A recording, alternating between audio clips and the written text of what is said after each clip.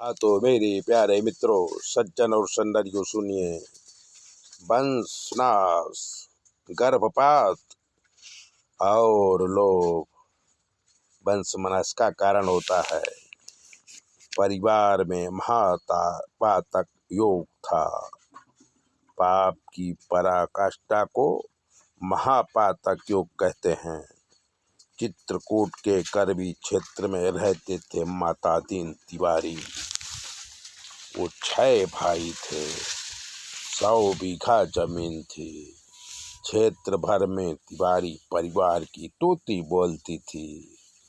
मद और काम की वजह से खेत में काम करने वाली महिला जो गर्भवती थी, उसकी हत्या करके माता दीन के पिता कामता प्रसाद ने अपनी ही जमीन में गाड़ दिया था, जिससे सारे बच्चों और परिवार में महापातक लग गया था।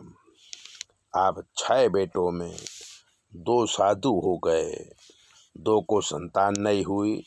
एक भाई को एक बेटी हुई और एक भाई को 2 बेटे हुए। बड़े बेटे की शादी हुई तो उसको कैंसर हो गया। उसकी पत्नी उसे छोड़कर चली गई। छोटे बेटे माता दीन तिवारी की मर्जी के बिना लव मैरिज किया और गांव छोड़कर कानपुर रहने लगा। कानपुर पहुंचते ही उसकी पत्नी गर्भवती हुई तो दोनों ने सोचा कि पहले घर गृहस्थी बना लेते हैं, बाद में संतान पैदा करेंगे। ये महापातक योग का फल था। उन्होंने गर्भपात करवा दिया। दोनों पति पत्नी नौकरी करने लगे। पढ़े लिखे थे, नौकरी अच्छी थी, पैसा खूब कमाते थे।